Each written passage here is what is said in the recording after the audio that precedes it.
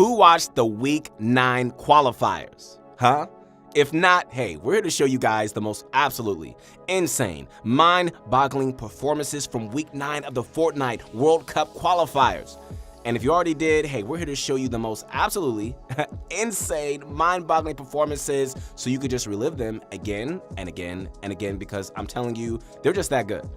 These clips not only show you in-depth professionalism of these players, but it can also help you progress your game too. Oh, and by the way, hey, congratulations to PandaCraftXX3rd for winning 4,000 V-Bucks thanks to our contest sponsored by that Denver guy. All right, guys, let's get this thing going. Hey, this is Keith Allen, and let's do this. We all know how exhausting and rigorous these qualifiers are. I mean, you only get 10 games and a limit. Doing bad the first couple of games can make most people want to quit. Dozens of absurd players who practice day in and day out, all competing to earn a spot at the World Cup. These players set everything else aside, even to the point of skipping meals. The pressure and level of intensity in these matches are like nothing we've ever seen. Aside from many known names, I mean, we had a couple of players who demonstrated high-level performances throughout the finals, and we like to add some commentary and analysis to some of their insane games. If you want to reach the top level that many of these players have, visit ProGuides.com. I promise, man, you're going to get better. We have many breakdowns and courses from the masters themselves. Okay, first off, we have Mongrel. We haven't done a video covering him in a while, so we thought we'd show a recent insane clip of his from his past week. While Mongrel did attain the reputation of being one of the best players alive, I mean, many people believed he was slowly fading into the shadows. But then this happened. Mongrel just qualified to come in at 5th place for solos. This gives him a double qualification spot. Before Mongrel took fame, people thought of him as a pub stumper, without the ability to shine in top-tier lobbies. But Mongrel has gone beyond that. I mean, he's qualified not only for the World Cup, but he's done a lot better than other top-tier players have. In this first clip, we're gonna watch him make all the right moves from decision-making, aiming, and building to come out as the winner. He starts off on low ground with 33 players left and emerges victorious. Clutching has always been a fan favorite even in traditional sports. After this clip, we'll run over the tips and tricks Mongrel pulled off and show you how you can use them in your own games. Mongrel, he's on the far side of the safe zone with 33 players left. He has a solid loadout, but has run himself dry on mats. The first thing a great player looks to do is replenish his health or materials should he become low. He finds a player outside the circle and just non-stop sprays. The way Mongrel is playing this zone is just really special. He has no qualms playing the storm for a safe, easy rotate in. Most people expect players to be fleeing the storm, but Mongrel uses it to his advantage. See, here's the payoff. Mongrel is rewarded with yet another kill, replenishing the health he lost and giving him more materials. I have to say, that's some crazy fast tunneling. You gotta practice that in playgrounds if you want to get that good. Mongrel uses his available time to reload his weapons and formulate a plan. Always remember, guys, impulsive plays can get you killed more often than not. I love how Mongrel's always looking for kills. In these top tier lobbies, I mean, winning through attrition and placement points is not going to cut it. The cutthroat competition is so fierce that without multiple kills per game, your efforts will be futile. Mongrel finds himself in a tough situation, so he sits around for a little bit. Alright, let's get to the fun part.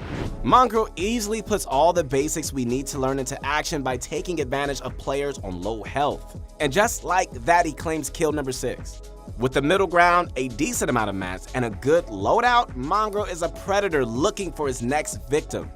Unfortunately, he has an enemy above him and below him, so this will put him at ease. Now let's take a look at positioning for a second. Mongrel on the mid ground with a lot of enemies beneath him, he really only has to worry about the guy above him. He can easily maintain position just by keeping his cool, and there are enough enemies below him, so he doesn't have to worry about getting sprayed. Most of the enemies are killing each other, and Mongrel wants no part of that. So he sits back, maintaining his awareness. He could easily just jump down and snag a few kills, but he's worried about high ground. Often the player with the most patience is rewarded, and that's what we see in this case. Mongrel keeps the pressure on high ground to show his alpha status. Almost always, when players are on the high ground, they fear falling down. Spraying above you can give you the upper edge. Now that Mongrel knows that there are only a few enemies left, he only has to wait for the stars to align. He finds the right moment and knows Nate isn't going to drop down anytime soon. Mongrel goes for it. And it's lights out for Maggle. This enemy really wasn't expecting Mongrel to just jump down on him like that. Okay, now the moment we've all been waiting for. Mongrel is in a 1v1 versus the high ground. They're both pretty equal on health, but in this situation, the high ground has the advantage. Mongrel uses his available time to bandage up. He could have easily decided to spray up at his opponent, but he chose to go for the 50-50. He doesn't know how healthy his opponent is, so it's a bit risky. Who am I to tell him? He manages to pop the bandage, and that's the deciding factor that wins him this game. Okay, there are a few takeaways that I want you guys to really learn from Mongrel's play here. Number 1, always improvise. Although Mongrel had almost no materials in the beginning and low health, he kept the dream alive by going for eliminations and maintaining composure. You know, many of us, myself included, can't lie, get frustrated and upset when things go bad. And it doesn't help at all. Number 2, use any downtime to formulate a plan. Your end games are almost always going to be hectic, and you will have to play in a scenario which you didn't anticipate. Sometimes we fall victim to our picture-perfect plays, and having the ability to adapt goes a long way. Number 3, do not be impulsive. By Mongrel standards, I mean his style of play in these tournaments is very safe. A lot of players think going on full aggressive, W-king everything they see will help them, and it really won't. You need to make the right play, not the impulsive one. Now let's head into our next superstar, which is FaZe Mega. We've heard the name before, however, this player has never come up in a competitive conversation. We think of him as just another good player, but I like to emphasize that he's more than that. He not only possesses Apex-like game sense, but he's in league with some of the top tier pros like Mongrel. He has double qualification and boasts some of the most aggressive gameplay we've ever seen. The next clip of him really caught my eye. He puts many of the top players to shame. We're gonna watch him pop off hitting 20 eliminations in a pro top tier lobby. He not only has the absolute speed required to dominate at the top tier level, but he's also got the tricks up his sleeve too. Accurate decision making and fantastic reactionary plays are some of the many things you can learn from this clip. Mega finds himself in a third one-party lobby and is 12 points deep. When we see that kill count, we think of two things. Either this guy is an absolute beast, or he's just W-king, and I assure you it's the latter. He starts off by pushing a player in a box. Top tier players can sense your fear and know if an enemy will be easy or not to kill. Side tip, never show people that you're an incredibly passive player. Mega and others will take advantage of that. Mega is persistent and wants the extra elimination point. After he replaces the enemy's wall, he gets a pyramid in there too. This not only serves the purpose of preventing him from fighting back, but now his Fortnite fundamentals go down the drain. He still decides to play safe, and he uses a wall edit trick to avoid return fire. You can see the sheer amount of confidence in Mega by him going for a flintlock play.